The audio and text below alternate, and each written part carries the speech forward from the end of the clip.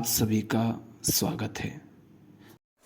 इस दुनिया को देख करके अगर आपको बहुत बुरा लगता है, जब देखते हो कि दुनिया में कितनी बेईमानी है, कितना भ्रष्टाचार है, चोरी है, लूटामारी है, कितना शोषण है, कितनी हिंसा है ना।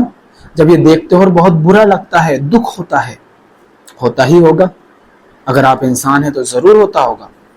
अगर थोड़ा सा भी आपको होश है तो जरूर होता होगा, क्योंकि दुनिया जिस तरह से चल रही है, खासकर इंसानों की दुनिया, हमारे संबंधों की दुनिया, हमारे समाज, हमारे देश जिस तरह से चल रहे हैं, लोग जिस तरह से जी रहे हैं, उसको अगर आप देखेंगे तो जरूर आपको बुरा लगेगा, दुख होगा। क्योंकि बस बेहोश इंसान को, पशुओं को और मुर्दा को, पत्थरों को, इन्हीं को बुरा नहीं लगता, इनको दुख नहीं होता। आप अगर इंसान हैं और होश में हैं तो जरूर आपको बुरा लगेगा। तो फिर क्या करें? देखते रहें, दुखी हो जाएं, परेशान हो जाएं, अपना चैन गंवा दें? क्योंकि भैया एक बात तो है, जैसे जैसे आपको जगत की हकीकत दिखाई देगी, अपनी जिंदगी की और लोगों की जिंदगी की हकीकत दिखाई देगी, सचमुच आपके जीवन में चैन, सुकून आने से पहले दुख भी आता है। दुख होता है ये सब देख करके कि कितने नशे में हम जी रहे हैं, कितने दुख में हम जी रहे हैं। और जब ऐसा हो तो कबीर साहब का ये दोहा सुन लेना। कबीर साहब कहते हैं, कबीरा तेरी झोपड़ी गल कटियन के पास, जैसी करनी वैसी भरनी, तू क्यों भया उदास। कबीर कह रहे हैं, कबीर साहब जो हैं वो जहां रहते थे, ठीक, उनकी झोपड़ी, उनका बसेरा जहां पर था, तो वहां आसपास ऐसे लोग रहते होंगे, कसाई जानवरों को मारते हैं। अब कबीर साहब को जानवरों की चीखें सुनाई देती होंगी, उनको दिखता होगा कि कैसे लोग जानवरों को लाते हैं, उनको काटते हैं, मारते हैं, खाते हैं। तो बड़ा बुरा लगता है देख करके, कैसे हिंसक लोग हैं। और लोगों के प्रति भी, उनको देख करके भी उनको दुख होता होगा कि जो हिंसा करता है, क्योंकि वो खुद अपने जीवन में प्रेमपूर्ण और आनंदपूर्ण नहीं है, इसलिए तो हिंसा कर रहा है। आपकी जिंदगी में अगर आप आनंद में हैं, ठीक, जब आप सचमुच शांत हैं, अच्छी गहरी खुशी अगर जीवन में है, तब आप हिंसा नहीं करते हैं। क्योंकि ना तो खुशी चाहिए, ना तो खुशी चाहिए, क्योंकि आनंद है जीवन में, क्योंकि खुशी पाने के लिए तो लोग ये सब हरकतें करते हैं। फिर आपके जीवन में तो गहरा आनंद है, आप तो मस्त हो, मौज में हो, तो आप हिंसा नहीं करेंगे। और कौन व्यक्ति हिंसा करता है? जिसके जीवन में प्रेम नहीं होता, शांति नहीं होती, तो वो अपनी फ्रस्ट्रेशन निकालने के लिए, अपना तनाव निकालने के लिए, अपना दुख भुलाने के लिए ऐसी हरकतें करता है, हिंसक हरकतें। तो कबीर साहब का घर रहा होगा ऐसी जगह पर। अब कबीर साहब उदास होंगे, है ना, तो कबीर साहब के ही अंदर से दूसरा हिस्सा जो प्रेम की तरफ झुका होता है, हमारे अंदर दो हिस्से हैं समझने के लिए, जो एक होता है मोह की तरफ, सुख दुख की तरफ, इन सब की ओर झुका होता है। एक होता है जो प्रेम की तरफ होता है, जिसका झुकाव ज्ञान की तरफ होता है, करुणा की तरफ झुकाव होता है। तो कबीर साहब के अंदर से ही आवाज आती है कि कबीरा, अब भैया संयोग से तेरी झोपड़ी इन कसाईयों के कसाई खाने के निकट है, गलकटियन के पास। कबीरा तेरी झोपड़ी गलकटियन के पास, ये गला काटने वाले कसाई लोग, हिंसक लोग, इनके कसाई खाने के निकट संयोगवश तेरी झोपड़ी है, तो इसमें तू उदास काहे को होता है? हाँ ठीक है भाई, ठीक है, ये लोग हिंसा कर रहे हैं, जानवरों को दर्द दे रहे हैं, पीड़ा दे रहे हैं, वो गलत नहीं है, वो गलत है, वो ठीक नहीं है। मगर तू उदास क्यों होता है, तू दुखी क्यों होता है? तेरे उदास होने से, तेरे दुखी होने से ना तो इन जीवों का दुख खत्म होगा, ना ये लोग हिंसा छोड़ देंगे, और रही कहीं तेरी जिंदगी में जो शांति थी, जो आनंद था, वो भी भंग हो जाएगा। और जब तू शांत रहता है तो अच्छे से विचार कर पाता है ना, अच्छे से समझ पाता है, निर्णय ले पाता है, तो तू वो कर्म कर पाता है जिससे शायद थोड़ी बहुत बेहतरी आए। तो कबीर देख, ऐसा है कि ये लोग तो हिंसक हैं ही, है ना। तू उदास मत हो, तू ईमानदारी से पूरी कोशिश कर, अपनी तरफ से पूरी नियत रख इस सबको ठीक करने की, इनको समझाने की। मगर उसके लिए तुझे उदास होने की आवश्यकता नहीं है। तू तो अपने आनंद में रहे। ये लोग गलत कर रहे हैं ना, हिंसा कर रहे हैं, तो इसका फल तो यही भुगतते हैं, भोगेंगे नहीं, यही लोग भर रहे हैं, भुगत रहे हैं। वो हिंसा कर ही इसीलिए रहे हैं क्योंकि उनके जीवन में प्रेम नहीं है। तो जितना वो जीव पर हिंसा कर रहे हैं उससे कई गुना ज्यादा ये अपने जीवन में अशांत, परेशान है। बिल्कुल गलत है जीव को मारना, क्योंकि उसको दर्द होगा, मगर वो थोड़ी देर तड़पेगा। लेकिन ये जो लोग हैं ये तो जीवन भर तड़पेंगे अगर इसी तरह करते रहे तो। और तेरे उदास होने से भी ये हिंसा करते हुए बंद तो हो नहीं जाएंगे। तो तू उदास मत हो, तू काम कर। उदास होगा तो काम भी नहीं होगा, रही खई तेरे जीवन में जो शांति है वो भी नहीं रहेगी। तो कबीर अपने आप से कह रहे हैं, कबीरा तेरी झोपड़ी गलकटियन के पास, जैसी करनी वैसी भरनी, तू क्यों भया उदास? तुझे उदास होने की बिल्कुल आवश्यकता नहीं है। तो आप जब इस जगत को देखते हैं, है ना, जो कुछ भी चल रहा है उसको देखते हैं, आप उसका जो अर्थ लगाएंगे उसमें बहुत कम तथ्य होगा, बहुत अधिक मिथ्या होगा, झूठा होगा। वो जो आप अर्थ लगा रहे हैं कहीं ना कहीं उसमें आपकी भावनाएं, आपकी कामनाएं, आपका स्वार्थ, आपका डर, आपका दुख, ये सब कुछ उसके आधार में होगा। तो आप साफ साफ देख नहीं पाएंगे। आप उदास हो गए, दुखी हो गए, दुखी होकर के देखेंगे तो आपको तथ्य भी नहीं दिखाई देगा। सत्य छोड़ दो, तथ्य नहीं दिखेगा। आप किसी चीज का कुछ और अर्थ लगा लेंगे। तो उदास मत होइए, बस जितना साफ साफ दिख रहा है उस पर जो उचित कर्म किया जा सकता है बस आप वो करिए। चूंकि देखो आपके हाथ में कुछ भी नहीं है ना। अरे कबीर के हाथ में यही नहीं था कि वो अपनी झोपड़ी वहां पर बनाए। संयोगवश कबीर की झोपड़ी वहां है जहां कसाई लोग हैं और कबीर उदास हो रहे हैं। यही तो बताना चाह रहे हैं कबीर अपने आप को कि कबीरा मान ले तेरी झोपड़ी यहां नहीं होती, है ना, तो तुझे ये दिखाई भी नहीं देते, ये चीखें सुनाई भी नहीं देती, ये पता भी नहीं चलता कि यहाँ कसाई लोग हैं, ये सब काट रहे हैं, है ना। तो संयोग से तेरी झोपड़ी यहां पर है, इसीलिए तुझे ये सब पता चल रहा है। और तेरी जैसा कोई व्यक्ति होगा जिसको इस सब का ख्याल ही नहीं है, तो वो इस बात को लेकर के दुखी नहीं है, उदास नहीं है। तो भाई तू काहे को उदास होकर बैठा है? जीवन में जो क्षण आ रहे हैं, जो कुछ भी आ रहा है सामने, आंखों के सामने, कानों को जो सुनाई दे रहा है, वो संयोगवश किसी समय पर, किसी स्थान पर होने के कारण घटना ऐसे घट रही है। ठीक है, वो तेरे बस में नहीं है। उसके बाद भी वहां जो तेरे बस में है, जहां तू चुनाव कर सकता है तो वहां चुन, जो तू कर सकता है वो कर। मगर उदास होकर बैठने का क्या फायदा? उससे क्या मिलेगा? अरे जैसी करनी वैसी भरनी, तू क्यों भया उदास? अरे जो जैसा करेगा वो वैसा भरेगा। और हकीकत यह है कि भरते भरते ही, करते करते ही इंसान भरता है वो सब।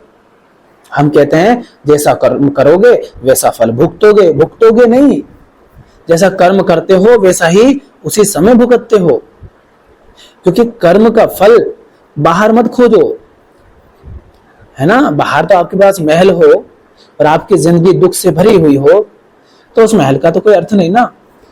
तो आपको पुरस्कार में तो महल मिल गया मगर अंदर से दुखी हो, तो क्या सचमुच आपको फल मिला? नहीं, आपको फल तो वो मिला दुख का फल, है ना। तो अपने अंदर झांको फल को, है ना।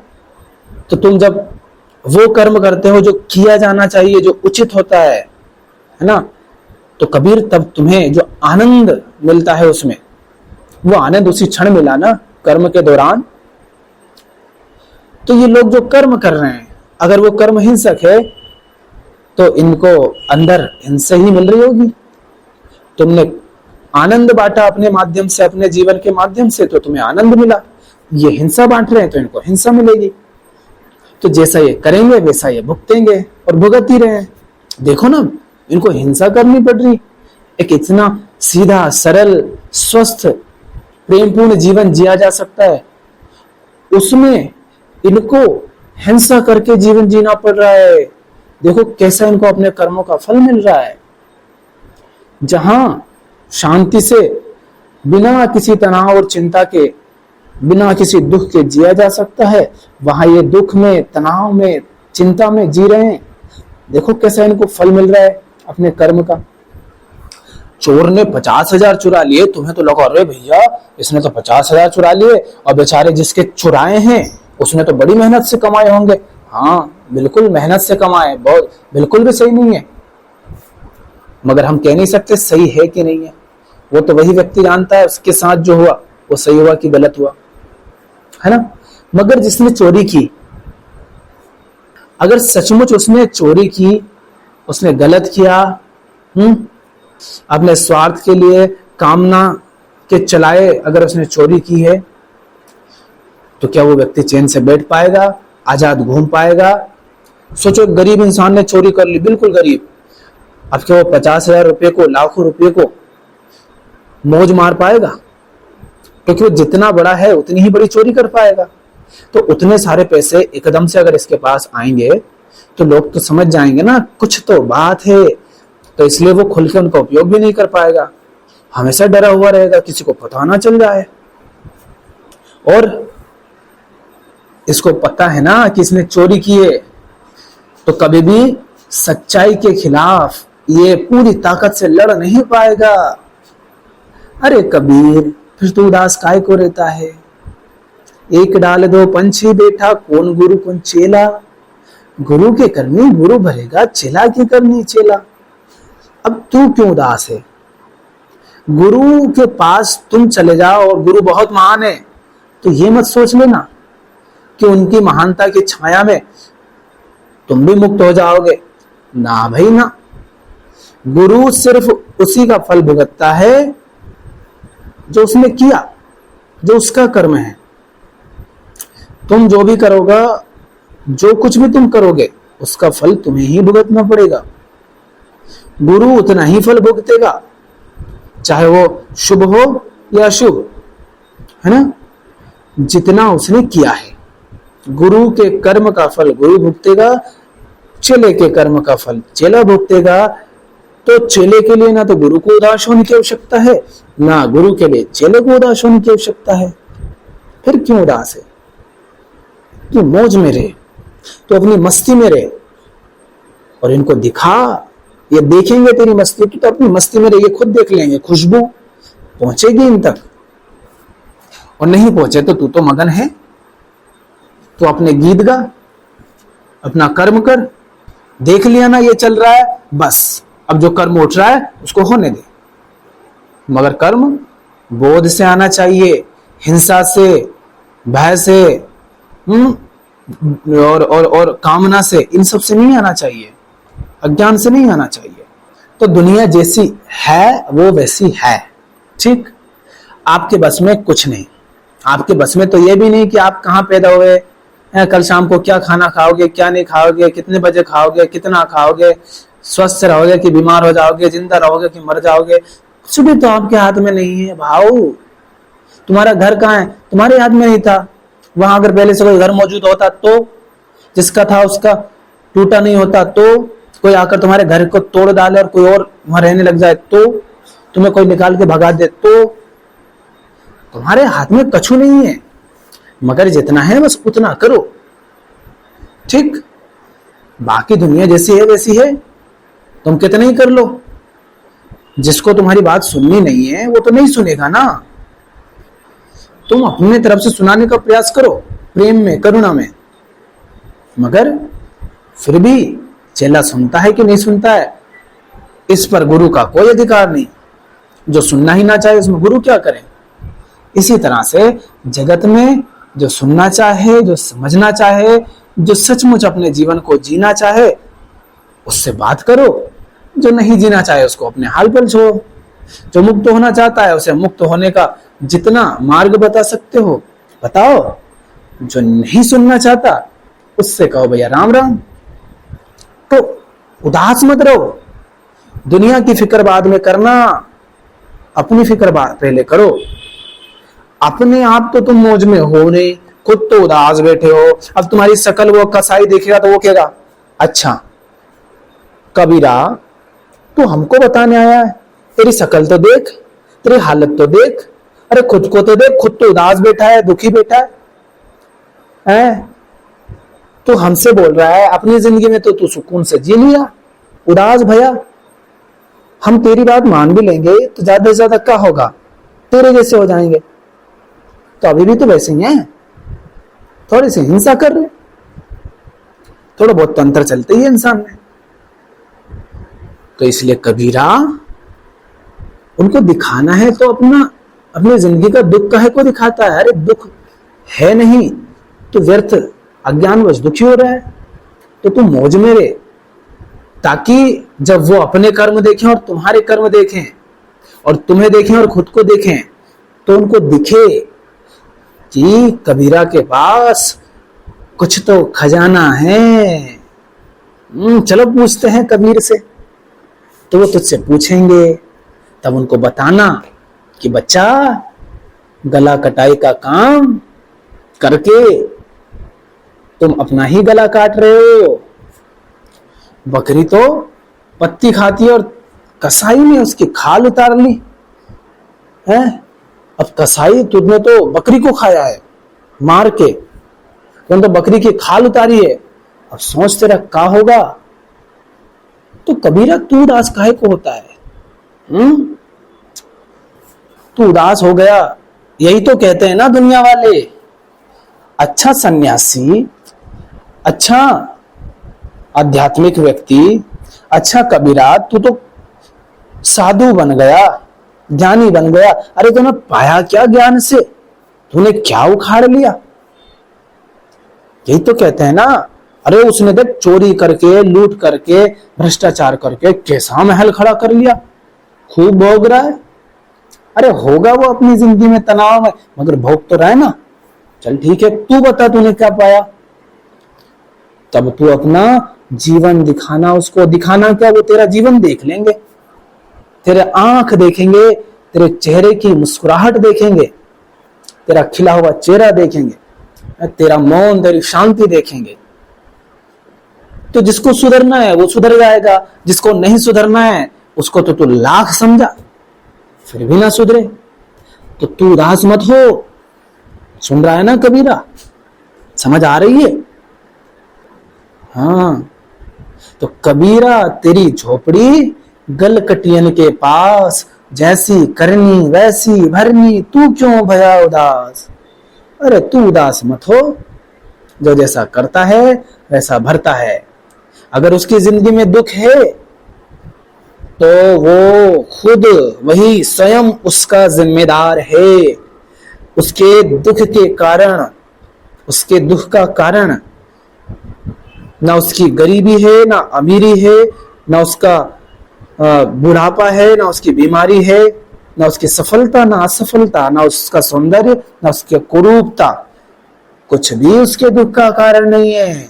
उसके दुख का कारण वह स्वयं है, उसका अज्ञान है, उसका आत्म अज्ञान है। क्योंकि वो स्वयं को नहीं जानता, वो स्वयं को नहीं समझता, उसे नहीं पता वो क्या है, वो जो बना बैठा है वो क्या है, वो क्या मानता है स्वयं को, वो कुछ नहीं जानता। यही उसके दुख का कारण है। कबीरा, तू क्यों उदास भैया? फिर तू बस उसकी थोड़ी सी सहायता कर सकता है कि बेटा जगत को कम देख, खुद को ज्यादा देख, अपने पर ध्यान दे, क्या बन करके जी रहा है, तब तेरा दुख दूर होगा। क्योंकि तब तेरा भ्रम हटेगा, भ्रम हटेगा तो दुख दूर होगा। तो उदास ना होइए, दुखी ना होइए, काम कीजिए, काम। ठीक है? ठीक है भैया, आज के लिए इतना ही। कल बात करते हैं। धन्यवाद।